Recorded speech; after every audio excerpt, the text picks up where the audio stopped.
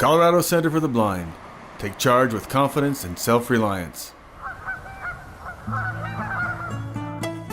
It's almost planting time, and thanks to the dedication of our Arapahoe County Master Gardeners, preparations are already underway in our Legacy Garden for 2017.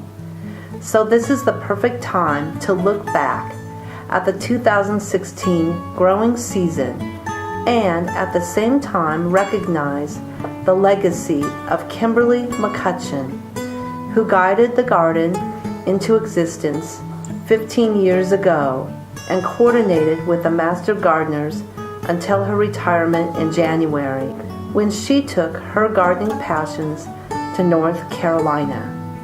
Kimberley McCutcheon. We really wanted to get a garden going for our students. Definitely it's a community garden. We call it our legacy garden because over the course of many of these years we've had lots of students who have come through here. And I think the garden started about 12 years ago. I'm Pat Geritano. I'm a master gardener for Arapahoe County, and I think I've been here helping out at the Legacy Garden probably about 7 or 8 years now. We have the garden here specifically for the students. We have volunteer students come out and help with digging some of our newest soil amendments in for the year, and then we plan at least 2 full days of planting, and everybody gets to take a turn from each class. We have lovely master gardeners enough to help each student learn how to plant seeds, learn how to plant plants. Right there, just a little, maybe an inch or 2 from it. Take your index finger and you poke a hole in the dirt, not too deep, because you only plant about an inch, not even an inch deep. Yeah. Here's a seed. It's a little thing. Good. And we're going to do at least 10 of them. Okay. Good. And just push the dirt back over it a little bit.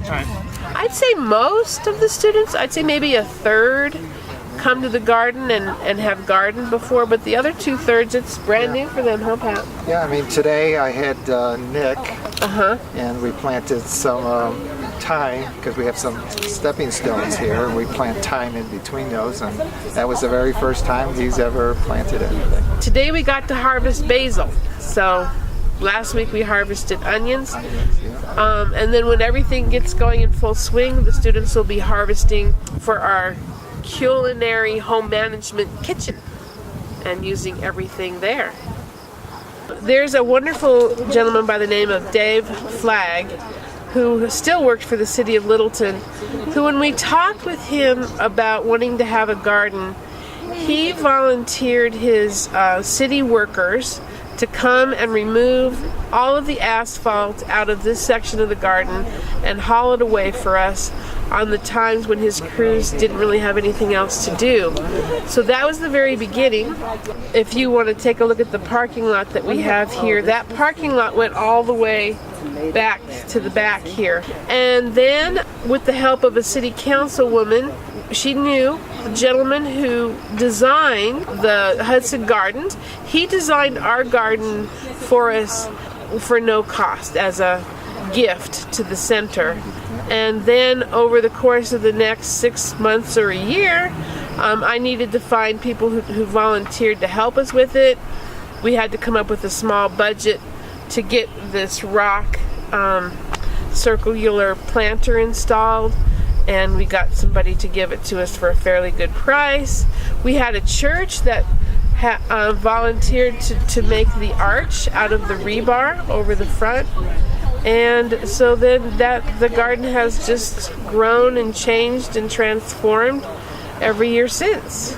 This year I think we have quite a crop of tomatoes and lots of herbs, and of course my special plant, since I'm Italian, is the eggplant. So I love the eggplants here. And then in addition to our central planter, we have sections of our garden that have roses and strawberries and daylilies and lilac bushes and butterfly bushes. So we've kind of expanded it to not just the planter, but this entire area.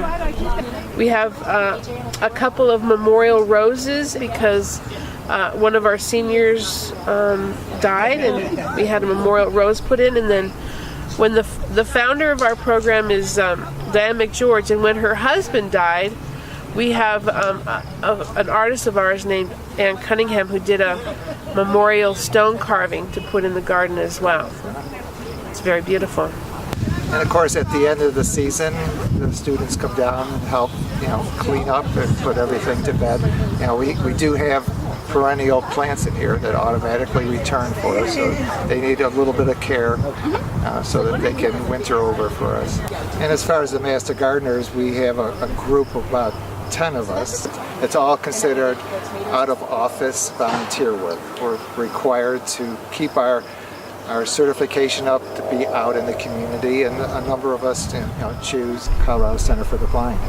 Typically the first week in October we close down shop here, and here we are close to the third Tuesday of the month, and right now we're finally putting things to rest, pulling up all the plants so we can turn over the soil. And when we turn over soil at the end of the year, we don't break it up real fine. You don't want it fine, you want it in clumps so the water and snow can get around and get deeper. So that's the last thing, and we may give a little top dressing of compost in the next couple weeks. And I think that's just about it. It was a great season. We had at least one new Master Gardener to join our group, and we look forward to 2017. To learn more about the Colorado Center for the Blind, visit our website at www.cocenter.org or call 303-778-1130.